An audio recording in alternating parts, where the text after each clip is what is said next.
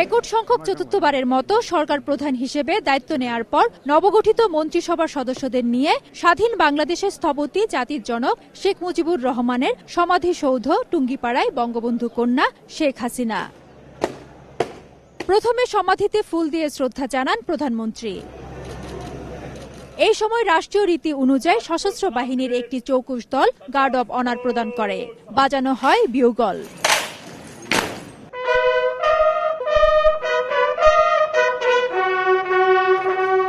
পরে সমাধি প্রাঙ্গণে অনুষ্ঠিত হয় ফাতিহা পাঠ, দোয়া ও মোনাজাত। এই সময় সঙ্গে ছিলেন বঙ্গবন্ধুর ছোট কন্যা শেখ রেহানা।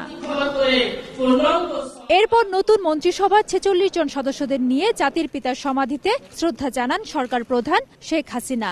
টানা ৩ মেয়াদে ক্ষমতায় আসা আওয়ামী লীগ সরকার মুক্তিযুদ্ধের চেতনায় সমৃদ্ধির পথে এগিয়ে যাওয়া বাংলাদেশকে এই মেয়াদে উন্নত সমৃদ্ধ বাংলাদেশ হিসেবে গড়ে তুলবে এমন প্রত্যাশা সর্বসাধারণের।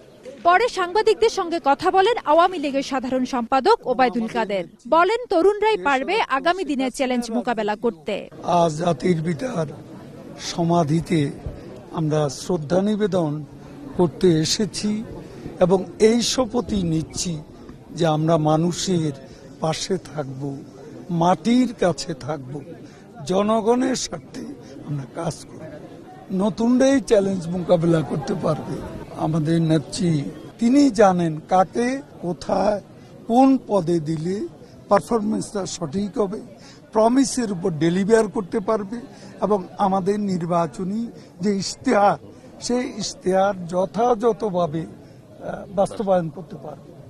এছাড়া মন্ত্রিসভার অন্যান্য সদস্যরাও কথা বলেন গণমাধ্যমে। তারা জানান জনস্বার্থ বিবেচনায় রেখে কাজ করবেন। আমরা কমিটেড জাতির কাছে। সন্ত্রাস জঙ্গি যেরকম ভাবে কন্ট্রোল করেছি, আমরা দুর্নীতি, আমরা মাদক সবই একের পর এক আমরা কন্ট্রোল করতে পারবো। বাংলাদেশ আজকে অনুকরণীয় দৃষ্টান্ত।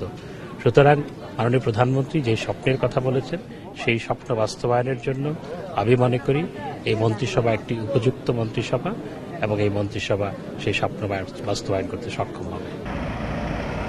এর আগে টুঙ্গিপাড়ায় শ্রদ্ধা জানাতে ব্যক্তিগত গাড়ি ব্যবহার না করে বুধবার সকাল ৭টায় বাস যোগে ঢাকা থেকে গোপালগঞ্জে রওনা হন নতুন মন্ত্রিসভার সদস্যরা। ফেরদৌস লিপি, সময় সংবাদ, টুঙ্গিপাড়া, গোপালগঞ্জ।